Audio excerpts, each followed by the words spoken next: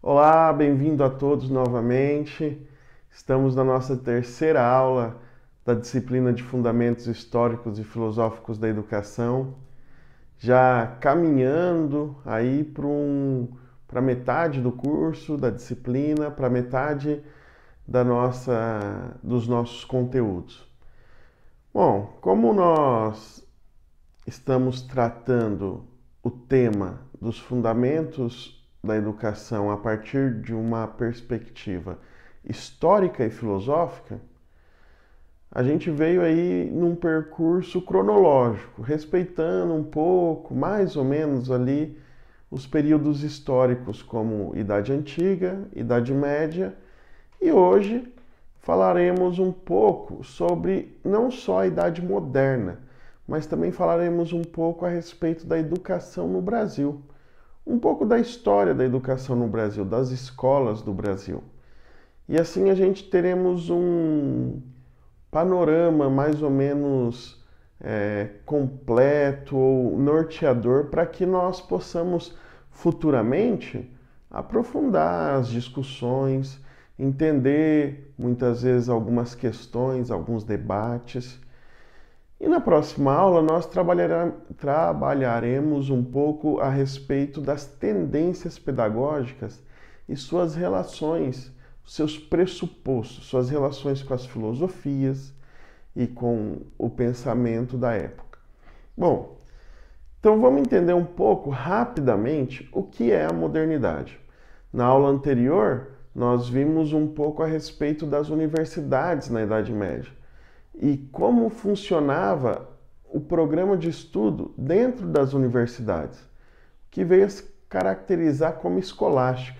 Vocês lembram como os alunos, os estudantes medievais, liam o texto, escreviam, reproduzindo o texto, também geralmente um texto clássico, e além de ler, escrever, comentavam em seguida.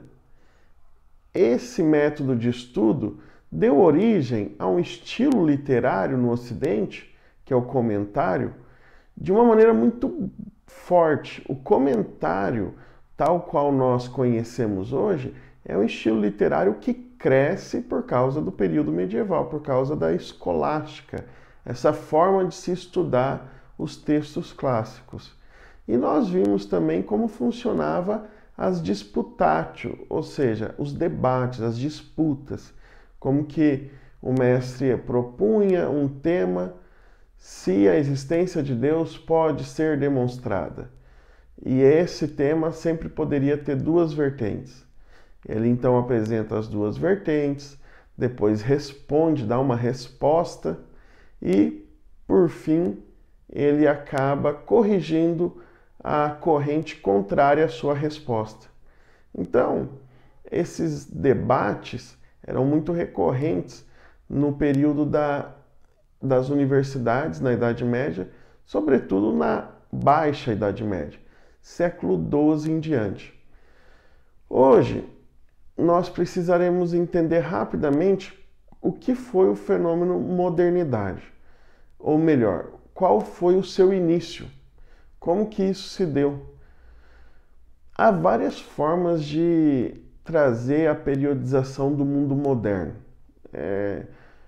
Cada ramo do conhecimento traz ali algum evento especial, específico, que faz um recorte mais apropriado para o ramo em questão. Por exemplo, alguns historiadores vão dizer que o período da modernidade, isto é, o fim da Idade Média, ocorre no século XV, na sua metade, na última cruzada. Eu não me recordo, meados ali do século V, mas se eu não me engano, 1548, a última cruzada, se não me falha a memória, mas não levem essa informação a rigor. Depois deem uma olhada lá. Bom, mas de qualquer forma, metade ali, mais ou menos meados do século XV. E aí, assim, para os historiadores é interessante porque é um fato histórico. E isso ajuda eles a estudarem os períodos históricos correspondentes. Bom, na filosofia, alguns vão marcar, alguns não. A filosofia marca o período moderno, o nascimento do período moderno, com o pensamento filosófico de René Descartes.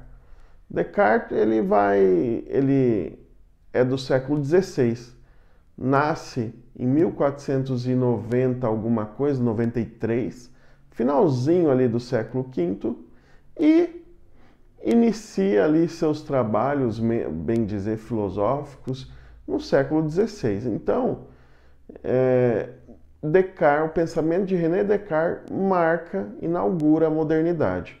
Também, vejam, num período muito semelhante ao que os historiadores trazem com a Idade Média, com as Cruzadas. Bom, esse é uma forma também de periodizar a modernidade, começando ou pelas Cruzadas ou pelo pensamento de Descartes. Outros tratam a Idade Média, também historiadores, e alguns teólogos, inclusive, tratam o fim da Idade Média com a Reforma Protestante, em 1517, ou seja, século XVI também, próximo à forma de periodização da filosofia. Então, o que eu quero trazer para vocês? O importante não é uma data específica. Isso é uma forma de se trabalhar. Você precisa dar ênfase em pensamentos. Quem que rompeu com o pensamento escolástico? Aí você vai iniciar a modernidade por aí. Você está dando ênfase em história? Qual o evento histórico que você supõe, ou que os historiadores trabalham, obviamente, para dizer que houve um rompimento com os padrões históricos medievais? Aí você vai trabalhar com esse fato histórico como início da modernidade. Então, essas periodizações nos servem para didática, melhor estudo, melhor compreensão dos fenômenos históricos, sociais, filosóficos, mas não são uma regra definitiva e tampouco explica por si só o que foi a modernidade e a Idade Média. Bom, dito isso, vamos pensar então agora, gostaria que você entendesse a modernidade como rompimento, ou tem um termo que o Maurice Tardif, um historiador francês, e o Gautier, também historiador francês, que tem um livro chamado Pedagogia, publicado pela editora Vozes, eles vão usar o termo descentramentos. Eu acho que é um termo bastante feliz. O que o Maurice Tardif e o Gautier vão dizer? Nós temos no período moderno o descentramento de várias esferas da sociedade medieval. Por exemplo, nós temos em primeiro lugar, no domínio da religião, a Reforma Protestante. E aí você tem o descentramento da Igreja Romana, em Roma, como centro e núcleo da Igreja Cristã. Agora ela foi dissolvida, ela foi, como um termo que me falta aqui, ela foi descentrada, né? Novamente o termo descentramento é muito feliz. Então essa descentralização da Igreja Romana como núcleo da Igreja Cristã, ela é colocada em xeque, rompe-se com isso, e a Reforma Protestante dá início a um novo modelo, uma nova etapa da religião cristã, da história da religião cristã, a história da Igreja. Então, descentramento religioso na esfera da religião, Reforma Protestante. Mas temos outros descentramentos também. Descentramento no sistema econômico. Antes do sistema econômico, vamos lá, sistema econômico. Descentramentos no sistema econômico. Nós temos a queda, o declínio de um sistema feudal, ou seja, uma economia basicamente agrícola, em que você depende do campo, em que os grandes feudos e os grandes latifundiários são os detentores dos meios de produção, os detentores da riqueza, da produção de riqueza da época. Esse modelo feudal vai sendo substituído pela intensificação comercial, como vimos um pouco na aula anterior, como que a abundância ali dos feudos e da vida, da produção do campo, vai ocasionando numa reversão da taxa de mortalidade para a taxa de natalidade, em que você vai tendo um aumento populacional, onde você vai tendo vários fenômenos importantes que possibilitam o comércio e a intensificação da atividade comercial. Surgem as cidades, os centros urbanos, né, inicialmente, os burgos, depois as cidades, e essas cidades vão se fortificar por uma atividade comercial absolutamente intensa, muito forte mesmo. Então você tem uma estrutura econômica alterada, em que inclusive os comerciantes começam a se tornar mais ricos do que partes da nobreza de algumas regiões. Os nobres, o clero e os reis, que são os ricos da época, e que você não tem como mudar a sua condição social nesse período, uma vez que a sociedade é bastante estamental. Agora, com a intensificação do comércio, os mercadores começam a ascender a uma classe social mais rica. Inclusive, isso vai possibilitar outras alterações sociais. Mas então, vejamos. Descentramento da religião com a Reforma Protestante, descentramento da riqueza, que ficava concentrada nos reis, na nobreza e no clero, com a atividade comercial, que agora descentraliza a riqueza para os burgueses, né, os burgos, aqueles que realizavam atividade comercial, os mercadores. Nós temos, com essa intensificação do comércio, a exploração do mundo, né, a atividade mercantil. Então, as noções geográficas vão aumentando. Nós temos em 1500 o descobrimento do Brasil, um pouco antes o descobrimento das Américas. Então, você tem uma ampliação do globo geográfico da época. E aí você tem o descentramento da Europa para esses locais. Então, a Europa não é o centro do mundo. Isso foi percebido. A descentralização geográfica da Europa. Então, nós temos, novamente, descentralização da religião, da vida econômica e, agora, da percepção geográfica, que é a Europa como centro e que foi ampliado esse mapa. Com isso, nós temos também outro descentramento, que é o descentramento da política. Por quê? Com a ascensão dessa classe de mercadores tendo mais riquezas do que os próprios nobres e alguns reis, inclusive, na Inglaterra, sobretudo, nós temos ali uma reivindicação por parte desses mercadores por direitos políticos. Basta lembrar que ali no século XVIII nós vamos ter o surgimento do primeiro parlamento. E esse século em questão é um ganho político, uma vez que você não encontra em nenhum outro lugar do Ocidente pessoas que são apenas mercadores, ou seja, populares, que tenham garantias políticas, realizam um exercício político. Então, isso vai dar, inclusive, origem a muitas reformas na Europa. Bom, mas vamos por partes. Então, a política também é descentralizada, porque o poder ficava na mão dos monarcas e alguns nobres, e agora você tem criação de parlamentos, onde os mercadores, o interesse de várias partes da população estão sendo colocadas ali. Com essa descentralização, nós já temos aí uma configuração muito diferente daquilo que é a Idade Média. E nós temos então a descentralização do conhecimento. Por quê? Veja, Galileu, René Descartes, Kepler, Copérnico, são pessoas que ali de séculos muito próximos, né, de períodos muito próximos, que vêm romper com o conhecimento da época.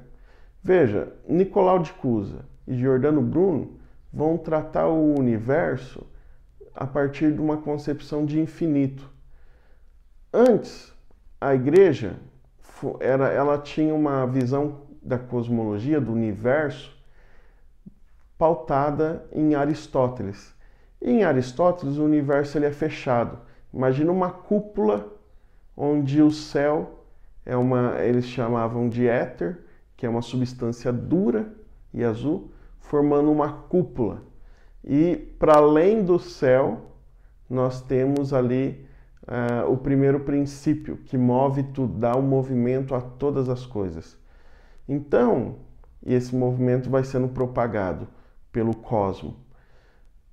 Então, essa é a percepção da igreja. E aí nós temos um planeta Terra, né, um astro, uma Terra, que é o centro dos outros astros. Os outros astros que giram em torno da Terra. Bom, Copérnico vai romper com esse modelo de astronomia. Ele vai propor que, a partir da ideia de Giordano Bruno e de Nicolau de Cusa, que o céu é infinito, então não é uma cúpula, Copérnico vai mostrar que, na verdade, a Terra é que gira em torno do Sol, modelo copernicano. Galileu também vai fazer as suas observações astronômicas e também no campo do átomo. Porque assim, tem um livro chama Galileu Herético, feito por um italiano que eu não me recordo o nome agora, e que ele teve acesso aos documentos de condenação de Galileu. E o que ele traz de maneira muito importante? Esse livro tem traduzido, né, o Galileu Herético.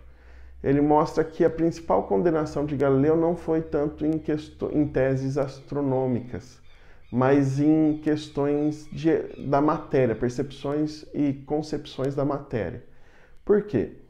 Para Aristóteles, a matéria ela é uma substância que se modifica para o seu estado de potência, para o seu estado de ato. Por exemplo, uma semente de goiaba, ou melhor, uma semente de laranjeira, ou goiabeira. Uma semente de laranjeira.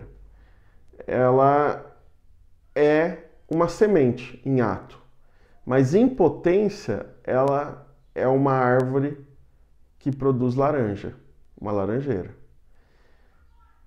Quando ela se tornar uma laranjeira, ela será em ato uma laranjeira e não mais em potência apenas. Essa semente será uma laranjeira em ato. Então, o que você tem basicamente na tese aristotélica sobre a matéria? A matéria é uma substância que pode se modificar para outra forma, para outra coisa que não é ela aparentemente.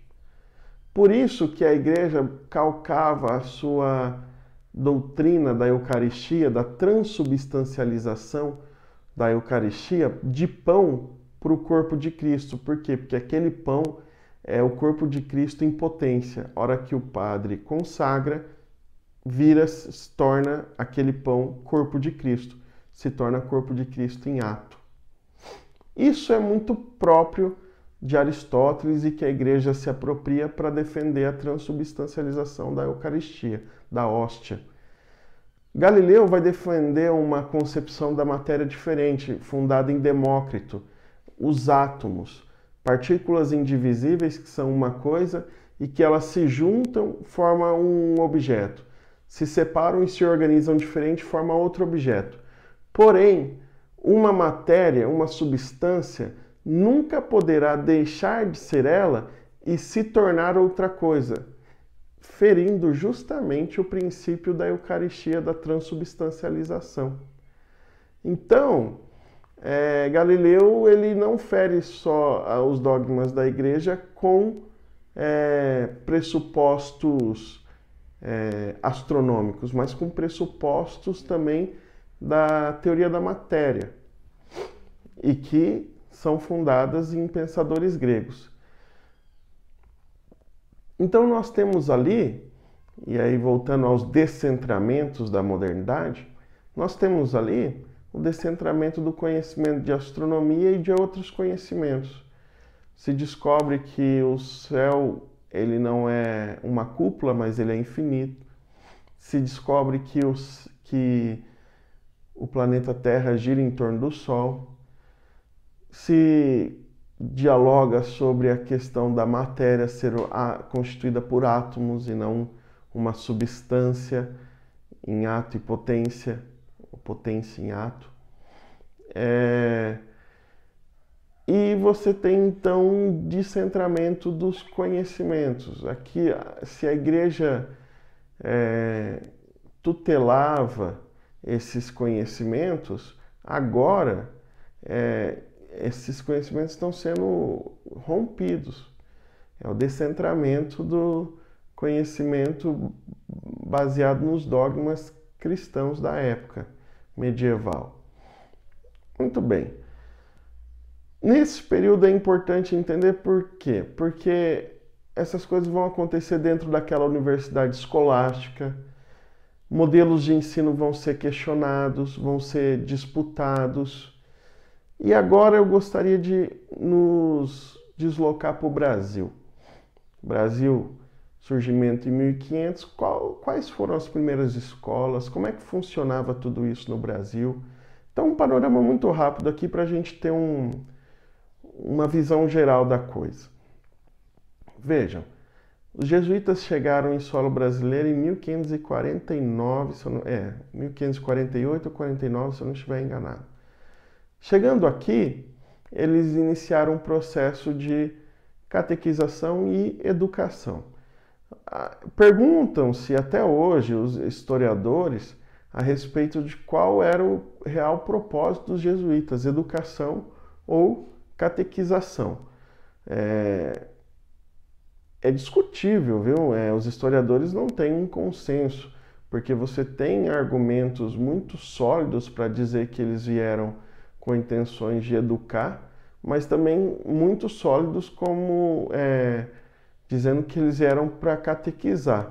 E a educação apenas foi um meio de catequização. Vamos partir dessa segunda base.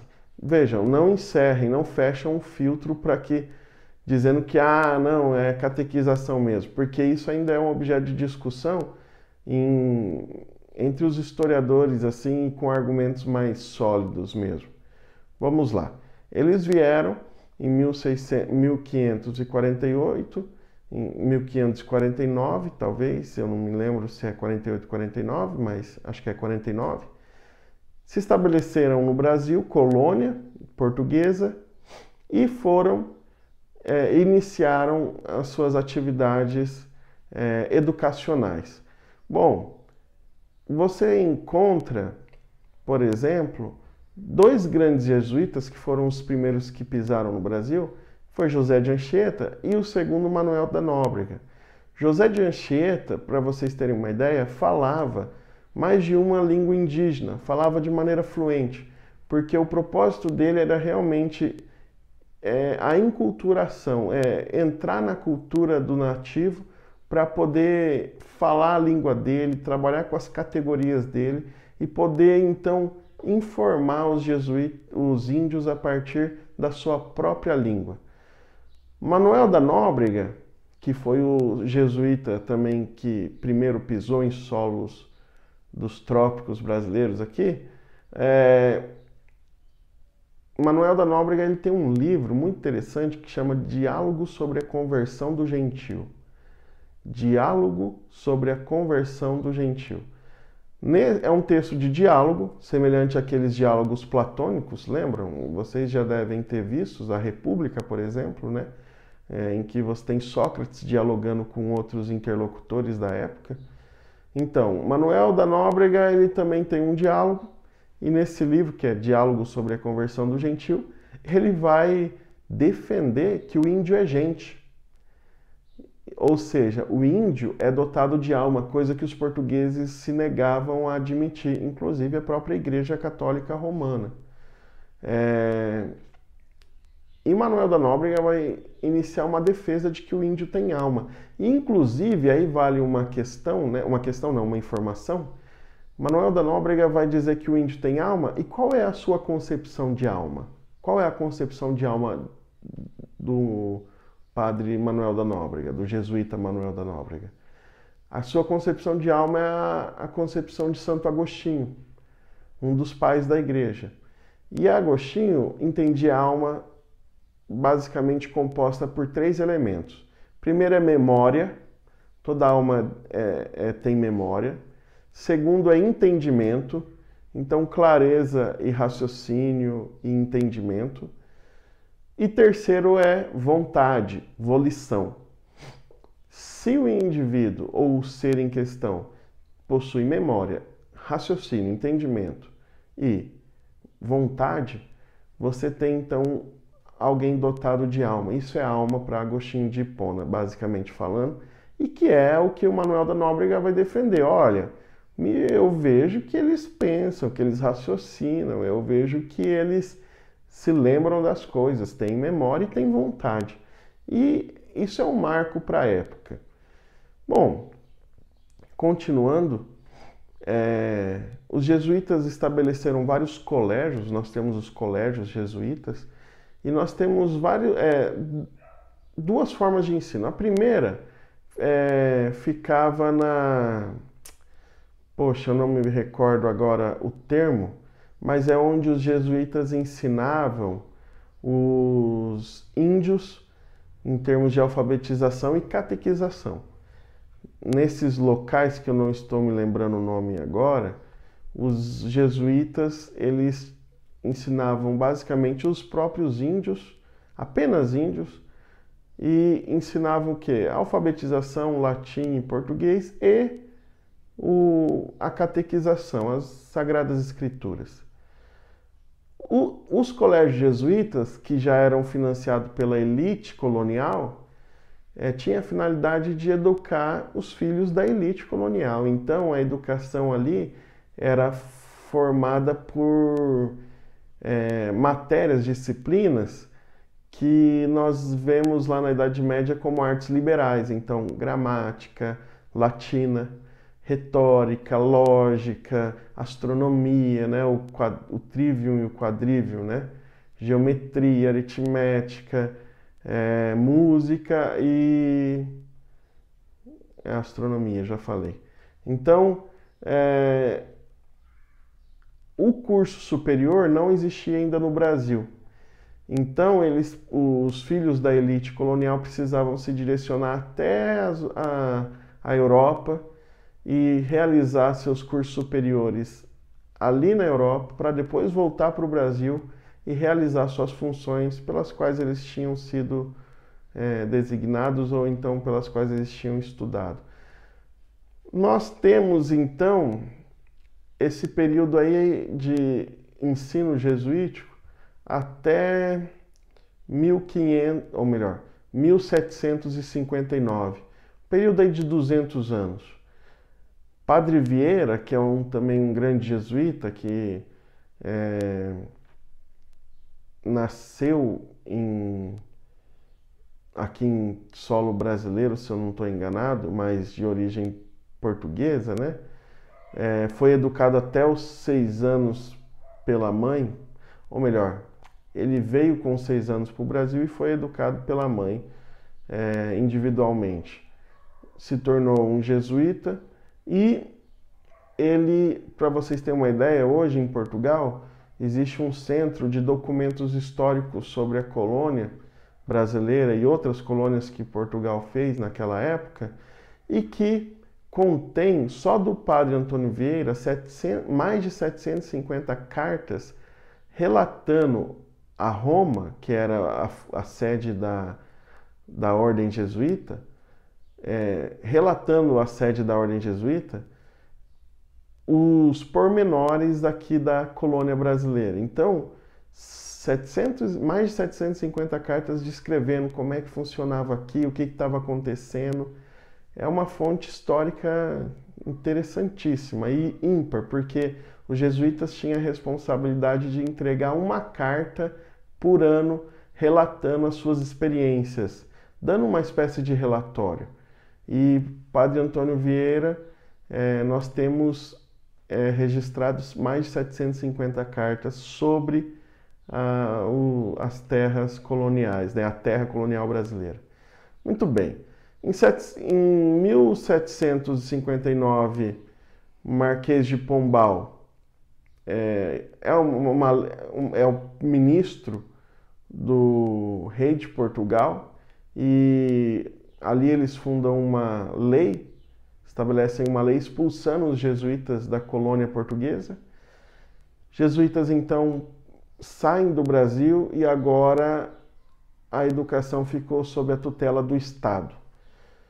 Basicamente, nessa reforma, as reformas pombalinas, nós vamos ter agora, em função das influências dos ideais iluministas, lembra do iluminismo, a razão? O iluminismo tinha como ideal o rompimento com aquela metafísica, aquela coisa assim que ninguém entende, aquelas questões justamente da escolástica, por exemplo, são tão abstratas que se o olho de Jesus está no túmulo e Jesus ressuscita, o olho continua sendo um olho ou não? Coisas assim, né? Aquelas questões que, para você entender, você tem que ler Aristóteles, Platão, a lógica, as categorias metafísicas, para você ali começar a dialogar e sem uma certa utilidade, uma certa aplicação na vida real. Os iluministas vão trazer a ideia de uma sociedade guiada pela razão e uma razão aplicável. Inclusive Voltaire, um filósofo francês, grande representante do iluminismo francês, ele na sua literatura, no seu romance chamado Cândido, que é uma crítica contra algumas ideias do Leibniz, outro filósofo, né, alemão. O Cândido, ele é um personagem que tem um preceptor, um mestre, um professor, porque o Cândido, ele inicia a sua vida dentro de palácios.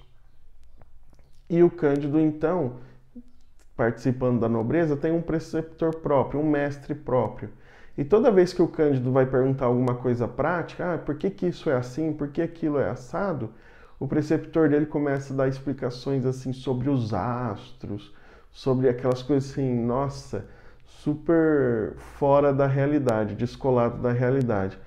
Esse preceptor é justamente uma ironia que o Voltaire está fazendo às discussões escolásticas, à educação escolástica, que trata de questões não muito aplicáveis, questões não muito úteis. Então o iluminismo vai trazer esse aspecto da razão e a sua aplicação. Bom, o Marquês de Pombal, influenciado pelos ideais iluministas, então vai contribuir com, por exemplo, a laicização da escola. A educação agora não está na mão do clero, mas agora é laica. Os professores serão responsáveis por uma única disciplina, então você tem professor de lógica, professor de retórica, cada professor compete apenas uma disciplina. E, além disso, nós vamos então ter uma escassez de professores, porque não tem tanto professor para tantas escolas e para tantos alunos. Bom, mas é a primeira tentativa de um sistema público de educação na Europa, iniciada por um país europeu que é Portugal. Muito bem, caminhando aqui agora para o nosso encerramento, vamos entrar para a escola no período imperial. Então nós temos a independência do Brasil. Em 1827 é estabelecida uma lei, ou seja, o Brasil já é o Império, né? O Império Brasileiro, ele não é mais uma colônia portuguesa. Em 1827, nós temos a lei de ensino, a lei da escola para meninos e meninas. Essa lei é muito importante porque vai ser a abertura para começar a se discutir educação como um projeto de nação, né? Um projeto de governo, um projeto de sistema educacional. Mas as escolas, nesse período imperial, elas são, na verdade, acontecia da seguinte forma a educação. Não existia prédios. O que acontecia, as crianças iam para as casas dos professores. E ali você tinha um ensino individual. Muitas vezes você tinha 5, 6 crianças e cada criança realizando uma atividade diferente, o professor trabalhando individualmente com cada criança. Não havia um tempo escolar específico, não havia um tempo escolar para sair da escola, da educação, porque não tinha escola propriamente dito. Então, eram as chamadas escolas individuais. Em 1893, veja, estamos agora já no período da República, República Velha. República Velha é proclamada em 1889.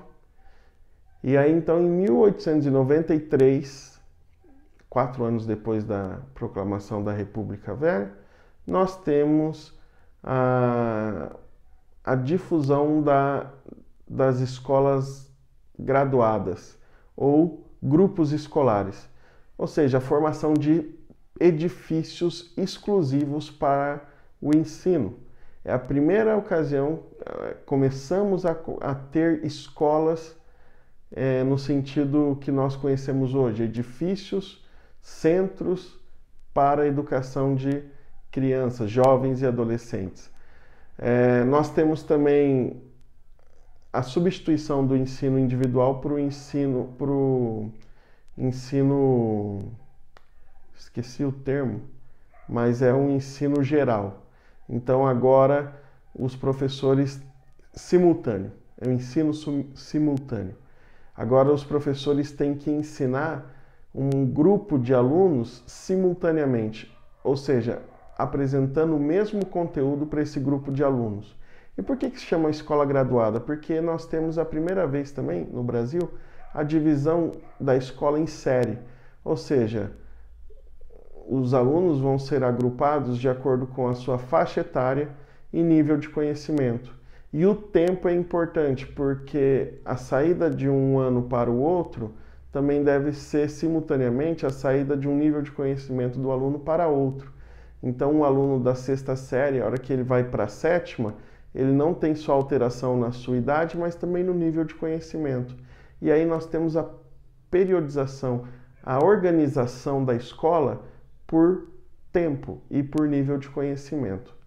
Em 1893. Isso vai se aprofundando, esse projeto.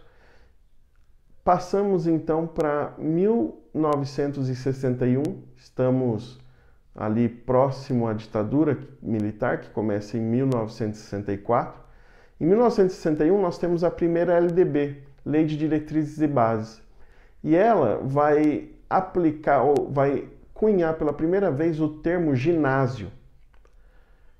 Em 1971, 10 anos depois, nós temos a reformulação da LDB e aí nós temos a divisão do ensino básico em primeiro grau e segundo grau, que nós sabemos ou conhecemos hoje por ensino fundamental e ensino médio.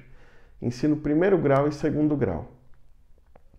Em 1996, muito tempo depois, processo de redemocratização já havia acontecido. Em 1996, nós temos a nossa atual LDB, que transformou os termos primeiro grau e segundo grau para ensino fundamental e médio e pela primeira vez tratou a questão do ensino infantil de 0 a 5 anos como uma questão pública, obrigação do Estado. Isso não havia até então sido incluída nas LDBs anteriores. Em 1996. E em 2016 nós temos algumas reformas na LDB em relação ao ensino médio, como vocês conhecem. Bom, pessoal, esse foi o panorama da escola no Brasil, um panorama rápido. Foi o início da modernidade. Isso tem a ver com os fundamentos históricos da educação. Os filosóficos nós passamos um pouco assim ao largo, à distância, mas tratamos um pouco do iluminismo, da questão da razão, né, nesse processo educativo, da laicização. Mas a próxima aula nós conversaremos mais sobre as tendências pedagógicas e aí, de fato, não só dos fundamentos históricos da educação, mas dos fundamentos históricos e filosóficos. E aí traremos mais doutrinas e concepções filosóficas da questão. Eu espero que vocês tenham gostado, que tenha sido útil essas informações e nos vemos até a próxima.